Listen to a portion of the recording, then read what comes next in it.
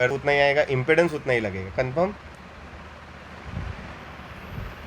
Z समझा? What is the phi? This XL minus XC upon R।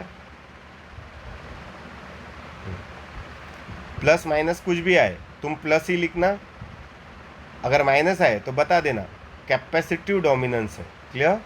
अब इसकी phasor diagram मैं तुम्हें समझाता हूँ। क्या समझाता हूँ? Phasor diagram. And phasor diagram से भी हम कैलकुलेट कर सकते। क्लियर है? सो अब यही सेम चीज़ आप फेजर डायग्राम से भी कर सकते हो, बराबर? तो फेजर डायग्राम देखते हैं क्या है। तो फेजर डायग्राम में ना आपका logic capacitive, inductive and resistive circuit का पक्का होना चाहिए। कैसे? समझो एक सर्किट है जिसमें आपने करंट लिया, एंड करंट है horizontal, it is will be a current I0 sign omega T, बराबर? तो आपको एक बात पता होगी कि करंट अगर इस तरफ है, मैं सिर्फ डायरेक्शन बता रहा हूँ, वैल्यू नहीं। समझो करंट इस तरफ है, तो रेजिस्टिव सर्किट में ईएमएफ भी इसी फेज में होगा। तो इस पे अपन फेज इंडिकेट करते हैं, इसलिए इसे phase diagram. So it is a ER की डायरेक्शन। सही बात है? वही ऑन अदर हैंड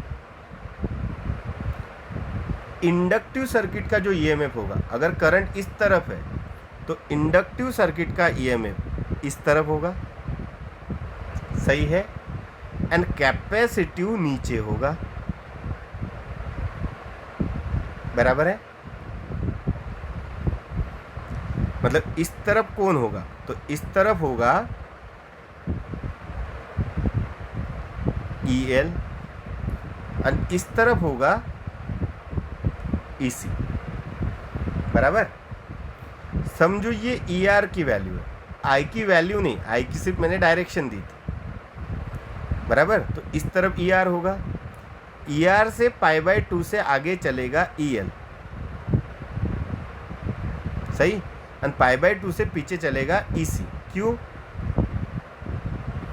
क्योंकि कैपेसिटिव सर्किट में वो पीछे होता है, करंट लीड करता है, इंडक्टिव सर्किट में EMF लीड करता है। तो अकॉर्डिंग टू फेज मैंने तीनों इंडिकेट कर दी, ER, EC एंड EL। तो ये बन गई फेजर डायग्राम। अब इन तीनों का रेजिस्टेंस समझो, ये है वैल्यू EC की, इसकी EC की। समझो सर्किट में इंडक्टिव डोमिनेंस है, मतलब EL बड़ा रहेगा किससे? EC से, है ना? क्योंकि XL बड़ा रहेगा किससे? XC से। करंट तो सेम ही है, करंट सेम, तो जिसका रेजिस्टेंस ज़्यादा उसका वोल्टेज ज़्यादा, है ना? क्योंकि voltage is equal to I into R, बराबर? और ये बड़ा है,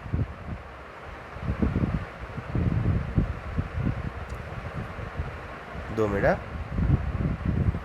ये बड़ा है, कौन? EL,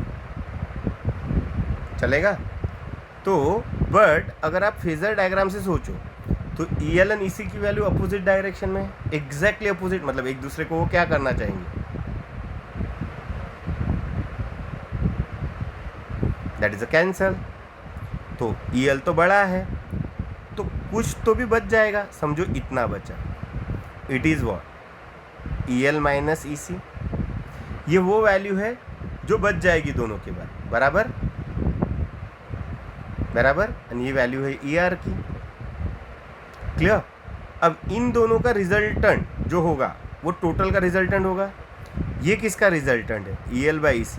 ये EL एंड EC का रिजल्टेंट है, बट हमें तो तीनों का चाहिए था, हमने दोनों का निकाल लिया। अब तीनों का, तो इनके बीच में एंगल हमें पता है, दैट इज अ π/2, हाँ या ना?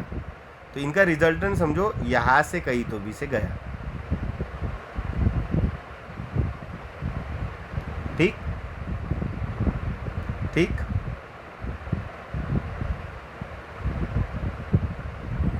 ठीक? ये वैल्यू थी ER की, तो इनका रिजल्टेंट ये यहाँ पे होगा, ये इधर से ये इधर से, ये बन गया रिजल्टेंट, दैट इज व्हाट ई, है ना। ये कौन सी वैल्यूज से लिया हमने, मैक्सिमम वैल्यूज से उनकी, बराबर है, बराबर। तो अब ये अगर मैं निकालूं तो मैं निकाल सकता कि नहीं निकाल सकता, निकाल सकता। समझो ये एंगल कितना है, ये है फाई, बराबर, बराबर। तो चलो निकालते हैं, चलेगा। हाँ, तो ऐसी डायग्राम बनेगी अगर हम उसकी कौन सी एक ग्राफ बनाएंगे और उसके मैक्सिमम वैल्यूज का ग्राफ जोड़ देंगे कि भाई वो 0 से मैक्सिमम तक गया, हमने सबकी मैक्सिमम वैल्यू कंसीडर की, बराबर, हम ग्राफ बना लिया, कोई दिक्कत। तो हमें रिजल्टेंट की मैक्सिमम वैल्यू मिलेगी, मैक्सिमम मतलब पीक वैल्यू। अब इसकी पीक वैल्यू अपन निकाल नहीं सकते क्या मैक्सिमम की, मतलब रिजल्टेंट की, तो सीधा सा तो पाइथागोरस थ्योरम है। मैं इसे ना थोड़ा ख़राब करता हूँ, तो इस पाइथागोरस थ्योरम को कंसीडर करो, करो, ठीक है। कौन सा लेना है समझा पाइथागोरस थ्योरम, चलो लो पट से, चलो मैं उसे वापस कर लेता एक बार, चलो लगाओ पाइथागोरस थ्योरम।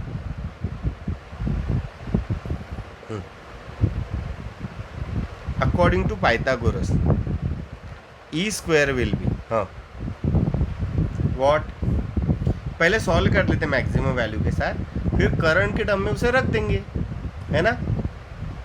चलो हाँ, ई नॉट विल बी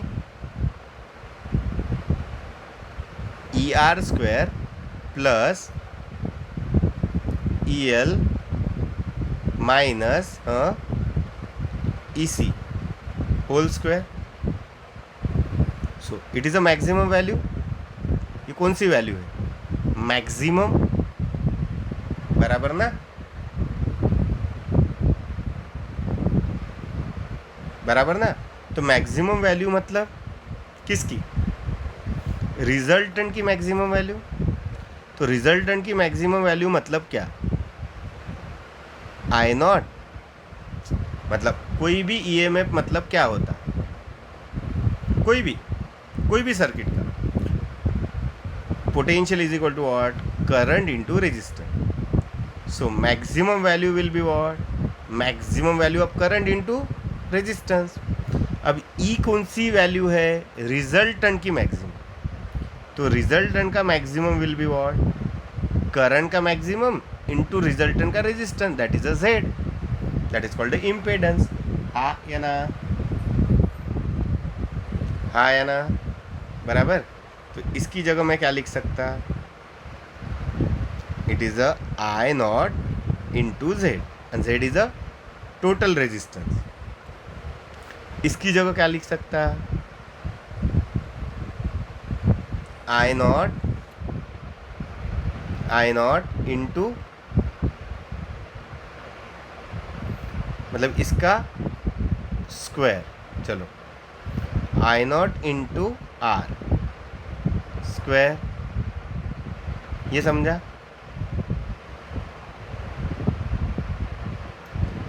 हाँ, मैं ये भी समझा था कि समझो कैपेसिटिव डोमिनेंस होता था तो क्या आता था, हाँ चलो आगे, प्लस इसकी जगह I naught into X L minus I naught into X C whole square. So ये बन जाएगा I naught square into Z square, यहाँ से I naught square into R square, plus इसमें से आई नॉट बाहर निकलेगा, सो वहाँ पे बच जाएगा एक्सएल माइनस एक्सी, उसका square. So it is a I naught square into Z square, I naught square into R square, इसे लिख के देखना, स्क्वायर बांट दो तो it is a I naught square XL minus XC square, ठीक है। आई नॉट गेट कैंसल, तो Z square will be what, R square plus XL minus X C whole square, तो what is the Z? Under root R square plus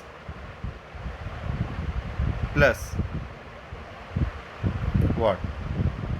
XL minus X C whole square, ये बन गया Z, बराबर। Z मिल गया, तो अब E will be what? I naught into Z sine omega T. जैसे मैं बताता हूँ तुम्हें एक एक करके। जेड मिल गया, मैक्सिमम वैल्यू पता है, करंट कितना था? करंट था इस डायरेक्शन में I will be I naught sine omega t. EMF इस डायरेक्शन में मिला, कितने से आगे? कितने से आगे? पाई बाय 2 से। तो what is the phase of a EMF? तो it is omega T plus pi by 2, sorry pi by 2 बराबर 5। तो what is the phase? Omega T plus 5, हाँ या ना? तो हम क्या बोलेंगे? What is the EMF?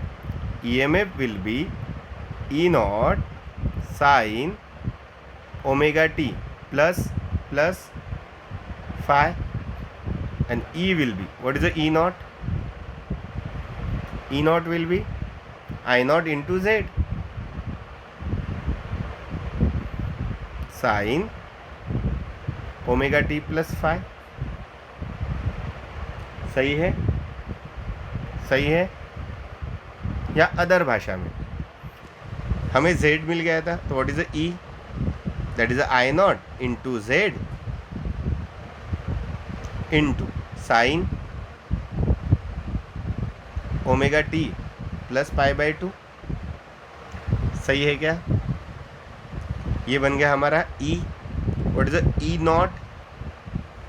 That is the I naught into Z, बराबर। What is the Z? That is R square XL minus X C whole square. What is the phi? That is a tan inverse. निकालो यहाँ से tan inverse of phi निकालो, तो phi will be this side, ये वाली black की हुई, upon this side. चलो यहाँ से और एक फॉर्मूला मिला हमें tan ऑफ फाई का, देखो कौन सा? It is a E L minus E C upon E R. These all are the maximum values, हाँ by the way, ये ध्यान में रखना। So it will be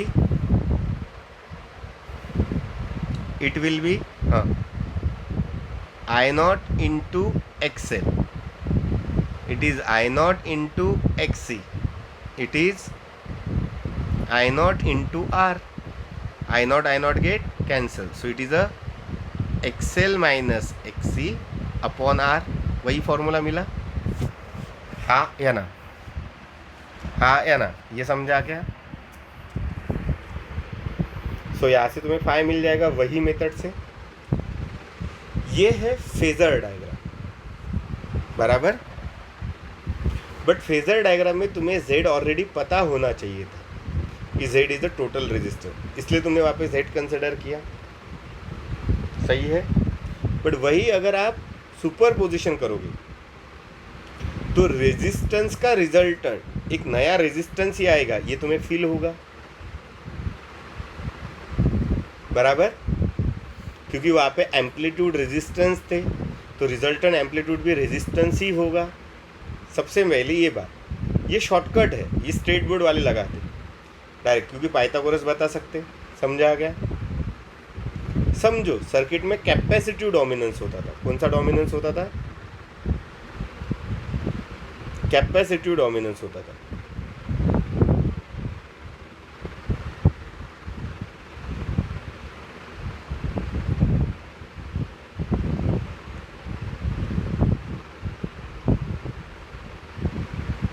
समझो, इस तरफ करंट होता था। चलो, कैपेसिटिव डोमिनेंस, ये वैल्यू होती थी EL की मैक्सिमम, ये होती थी EC की मैक्सिमम, ये होती थी ER की मैक्सिमम। चलो ठीक है, यहाँ तक है लिमिट्स। ठीक, ये डायरेक्शन किसकी होगी? करंट की, that is I not sine omega T. तो ये π/2 से पीछे, ये π/2 से आगे। कौन बड़ा है? XC बड़ा है। XC बड़ा होगा तो EC बड़ा होगा। तो इन दोनों का रिजल्टेंट कहाँ लाइज करेगा? नीचे की तरफ, यहाँ पे कहीं तो भी। ठीक ठीक, ये यहाँ पे। तो अब इन दोनों वेव का रिजल्टेंट कहाँ आएगा? एक नीचे है, एक राइट है, तो यहाँ पे कहीं तो भी। तो इनका रिजल्टेंट यहाँ कहीं तो भी आएगा, जहाँ ये मिलेगा, मतलब यहाँ पे। हाँ या ना? बन गया रिजल्टेंट। ये बनेगा एंगल फाई। नीचे की तरफ है कि ऊपर की तरफ है? नीचे की तरफ है। तो नीचे की तरफ एंगल क्या बोलोगे आप? माइनस, है ना? तो माइनस आना चाहिए। सो it is what? EC minus EL, बराबर। It is a ER। तो व्हाट इज़ अ रिजल्टेंट? वही रिजल्टेंट तो वही आएगा ना। E square will be what? ER square plus EC minus EL square. अबे हाँ या ना? अब EC माइनस EL और EL माइनस EC सेम ही आएगा, मतलब ये आंसर वही आएगा। R square XC minus XL आएगा। तो दोनों का आंसर तो सेम ही आएगा ना, बराबर। तो ये बन गया काय का आंसर? आपके Z का, बराबर। अगर तुम मेरे साथ लिंक में हो तो ये बन गया Z, बराबर। And what is the tan of phi? tan of phi will be this, ये वाली अपॉन ये, front upon adjacent. So that is ER upon, sorry ER बोल रहा हूँ, EC minus EL upon ER। तो EC ER की value तो तुम्हें पता ही है। I नॉट बाहर निकलेगा तो क्या बचेगा? XC minus XL upon R, that is tan of phi, है ना? मतलब it is equal to what? tan of phi XL minus XC और माइनस अपॉन R। सही सही। अबे हाँ या ना? तो अगर मैंने यहाँ पे क्या फॉर्मूला लिया? XL माइनस XC लिया अपॉन R, तो हमें पता है ना कौन बड़ा है? XC बड़ा है। तो अगर ये लिया तो आंसर नेगेटिव आएगा। नेगेटिव आंसर और फाई नीचे की तरफ, वन ऑफ द सेम चीज़। ये फॉर्मूले से नेगेटिव, मतलब ये फॉर्मूले से पॉजिटिव। ये पॉजिटिव मतलब एंगल कहाँ? ये पॉजिटिव कब? जब एंगल नीचे, बराबर है। तो फाई अगर आपका निगेटिव है, कौन से फॉर्मूले से? XL माइनस XC के फॉर्मूले से। इसका मतलब वहाँ पे फॉर्मूला XC माइनस XL चाहिए। मतलब फाई किस तरफ आ रहा? नीचे की तरफ, इसलिए वो नेगेटिव आ रहा। क्योंकि अगर तुमने ऊपर की तरफ फाई पकड़ के आंसर निकाला तो, बराबर, ऊपर की तरफ फाई पकड़ा और फाई नेगेटिव आया, मतलब फाई ऊपर है क्या? नहीं, वो नीचे है। मतलब कौन सा डोमिनेंस है? Capacitive dominance. क्लियर है? बराबर। तो कैपेसिटिव डोमिनेंस में फॉर्मूला XC माइनस XL होना चाहिए tan ऑफ फाई का, बराबर। अगर अगर अगर इससे आंसर नेगेटिव आ रहा है, XL माइनस XC से क्या आ रहा है? नेगेटिव। इसका मतलब वहाँ पे इससे एंगल निकालना है, मतलब एंगल नीचे ड्रॉ करना है, बराबर। कैपेसिटिव डोमिनेंस है। समझा? समझा क्या है? कोई दिक्कत?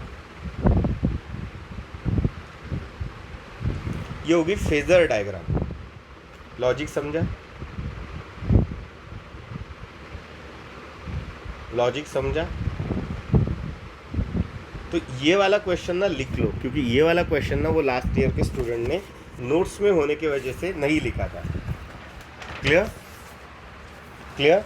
एंड लास्ट ईयर के नोट्स में ये कैसा आता? मतलब देखो, ये RMS वैल्यू से भी प्रूव हो सकता है। अगर E0 is equal to I0 into Z है, तो इट इज़ बाय √2 से अगर दोनों साइड डिवाइड करो तो it is ERMS into IRMS into Z, है ना?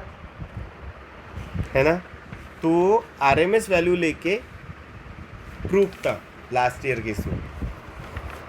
जो तुम्हारी नोट्स है ना उसमें भी RMS वैल्यूज़ ली होगी उन्होंने। तो यहाँ पे हमें मैक्सिमम पीक वैल्यू लेके लेना है, मतलब ये ज़्यादा सूटेबल है समझने के लिए। क्लियर? तो मैं इतना लिख के देता हूँ, तुम पट से लिख लो, चलेगा? तुम्हें लिखना तो वैसे ये भी है, ये चलो ना काय को लिख के लेते हैं, जहाँ पे RMS है वहाँ पे पीक वैल्यू समझना, मतलब तुम्हारे नोट्स में क्या लिखा है मैं तुम्हें करेक्ट करके भेज दूंगा, डोंट वरी। ठीक? EL, EC and ER are the peak values. Confirm? तो सर्किट डायग्राम, फेजर डायग्राम बन जाएगी बराबर। समझा गया? अगर हमने ये तीनों की RMS ली तो हमें रिजल्टेंट की भी RMS ही मिलेगी, ये मुझे कहना था। तो नोट्स में इस प्रकार से लिया था कि ये तीनों RMS ली थी, तो ये जो रिजल्टेंट मिल रहा था फेजर में वो भी RMS मिलेगा। मतलब ये वैल्यू अगर RMS है, ये अगर RMS है तो ये भी कौन सी मिलेगी उसकी RMS। अगर ये कौन सी ली पीक, ये भी कौन सी ली पीक, ये भी कौन सी ली पीक, तो ये कौन सी मिलेगी पीक। कंफर्म? कंफर्म? तो वो तो तुम्हारे बोलने पे है, कोई फर्क गिरेगा क्या उससे? बिल्कुल भी नहीं। क्लियर? क्लियर है? इतना समझा? अब कुछ एक्स्ट्रा नोट समझा के दे देता हूँ तो अपना ये टॉपिक ही खत्म हो जाएगा, फिर अपना पावर डिसिपेशन ये टॉपिक चालू हो जाएगा। क्लियर? क्लियर है क्या? तो देखो, समझो RL सर्किट है। कौन सा सर्किट है? RL। मतलब कौन मिसिंग है रे? C। तो what is the Z? It is a R square plus XL minus XC।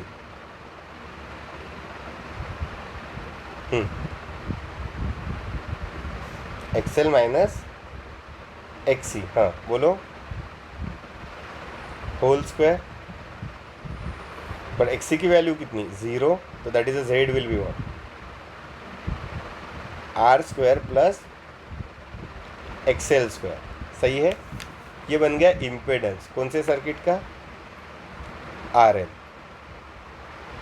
What is E naught? E naught will be I naught into Z। I naught मिल गया। What is phi? tan inverse, हाँ।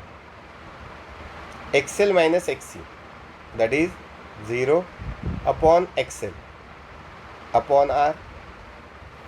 ठीक है? ठीक है? What is the resultant equation? E will be what? E naught sine omega T plus phi. It's a phase, सही है। Plus क्यों लिखा? क्योंकि इंडक्टर है, that is inductive dominance, plus ही आएगा वैसे वो। तो इसकी फेजर डायग्राम कैसे बनेगी? ये ऐसे, बराबर। It is ER, it is a EL and it is a E by 5. Confirm? And it is a I. Clear? Clear है क्या? क्योंकि इसी है ही नहीं।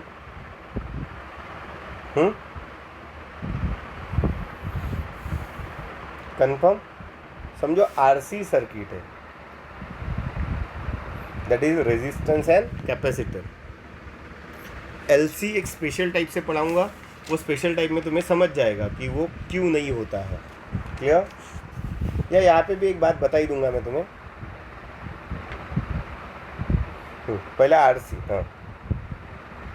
तो what is I will be I not sine omega T, suppose. So what is the E? So E will be resultant, that is E naught sin omega t plus phi angle, जो भी आएगा। So पहले क्या निकालते हैं? Z. What is the Z? It is the under root R square in bracket XL minus XC whole square, सही है।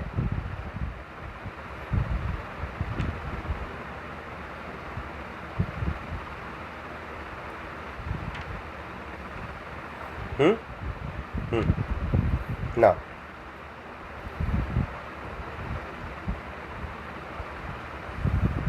तो it will be a Z, बताओ पट से, it will be a R square plus XC square, ये समझा?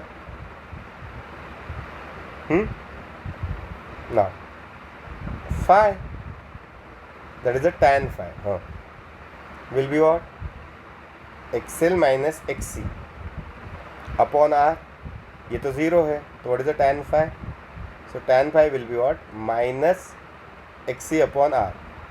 If tan phi is negative, phi is also a negative. ठीक है, ये तो पता ही है तुम्हें. If tan phi is negative, it means phi is negative, बराबर. तो what is the E? E will be E naught sin omega t, plus की माइनस माइनस, क्योंकि वो नेगेटिव है. And what is the E naught? That is I naught into z, बराबर. That is a capacitive dominance. EMF पीछे चल रहा, बराबर. समझा? समझा? समझा? आरसी समझा? और ये formula purely resistive, purely capacitive के लिए भी लगेगा. एक निकाल के देखो क्या, देखो, जैसे प्योरली रेजिस्टिव है, then what is the Z?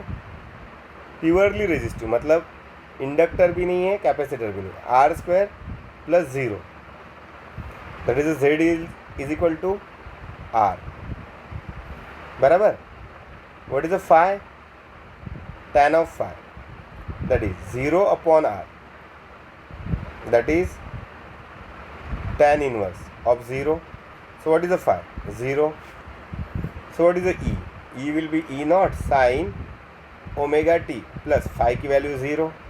So E will be E naught sine omega t. What is the E naught? I naught into R, that is a Z, बराबर. देखो सेम फेज आया. If I will be I naught sine omega t. समझा? तो same फॉर्मूले बनते अगर आपने LCR का फॉर्मूला ध्यान में रखा तो. क्लियर? अब LC सर्किट लेके देखते हैं.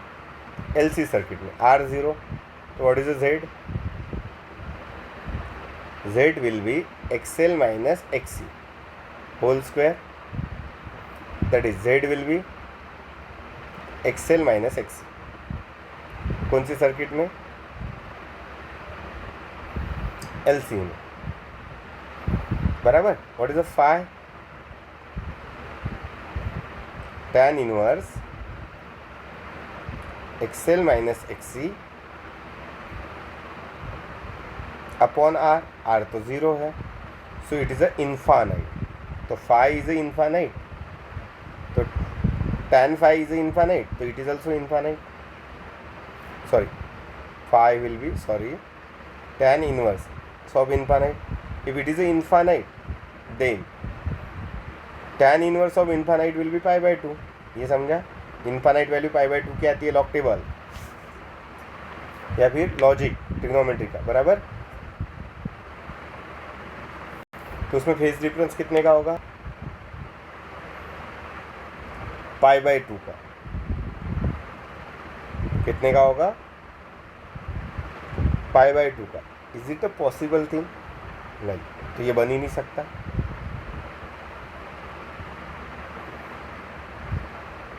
बन नहीं सकता. बट ऑब्वियसली रिजल्टेंट कहाँ रहेगा? एक तो ऊपर रहना चाहिए या नीचे रहना चाहिए, सॉरी. तो फेज डिफरेंस कितने का रहेगा? पाई बाई टू का, सही है. तो व्हाट इज EMF की value? E naught sine omega T plus pi by to, sorry. हाँ, इफ I विल बी, मैं भी कुछ भी बोल रहा हूँ, साइन ओमेगा टी. क्लियर? तो इसकी फेजर डायग्राम कैसी बनेगी? ये ऐसी, इधर I, एक तो E इधर, एक तो E ऊपर. ऊपर कब? जब इंडक्टिव डोमिनेंस. नीचे कब? जब कैपेसिटिव डोमिनेंस, बराबर. क्योंकि इधर EL है, इधर EC है. इसमें एंगल रहेगा पाई बाई टू का, बराबर है. ये है LC circuit. But LC circuit में दिक्कत क्या है ये मैं तुम्हें बाद में बताऊंगा। होता क्या है ये समझा, कैलकुलेशन पॉइंट ऑफ व्यू समझा, सब कुछ क्लियर। LCR के फॉर्मूले समझे, तुम रिवाइज करके 10 बार देखो, एक बार लिख के देखो, सब चलेगा। Clear clear. बस ये ध्यान में रखना, Z will be √R² plus XL minus XC whole square. What is the phi, tan inverse, हाँ, XL minus XC upon R। ठीक है, ये कैसे आया, तो ये दो मेथड से आया, एक तो सुपर पोजिशन ऑफ वेव,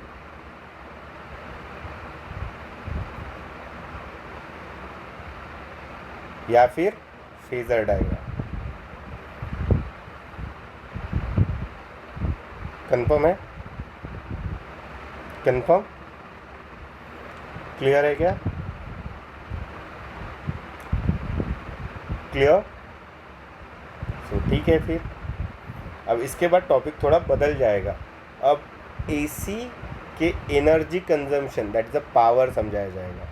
मतलब AC पावर चालू हो जाएगा। हमारे घर में जो इलेक्ट्रिसिटी आती है उसके पावर फैक्टर वगैरह मैं समझाऊंगा तुम्हें। कंफर्म, कंफर्म है क्या। तो चलो, वो लास्ट टॉपिक होगा अपना। अब यहाँ पे अपना alternating current with circuit theory भी खत्म होने पे आया। Clear clear. सो कल मोस्टली लास्ट डे होगा इस अल्टरनेटिंग, मोस्टली नहीं, कल लास्ट डे ही होगा। क्लियर। सो कल के लास्ट लेक्चर के साथ मिलते हैं और चैप्टर को ख़त्म करते हैं। क्लियर।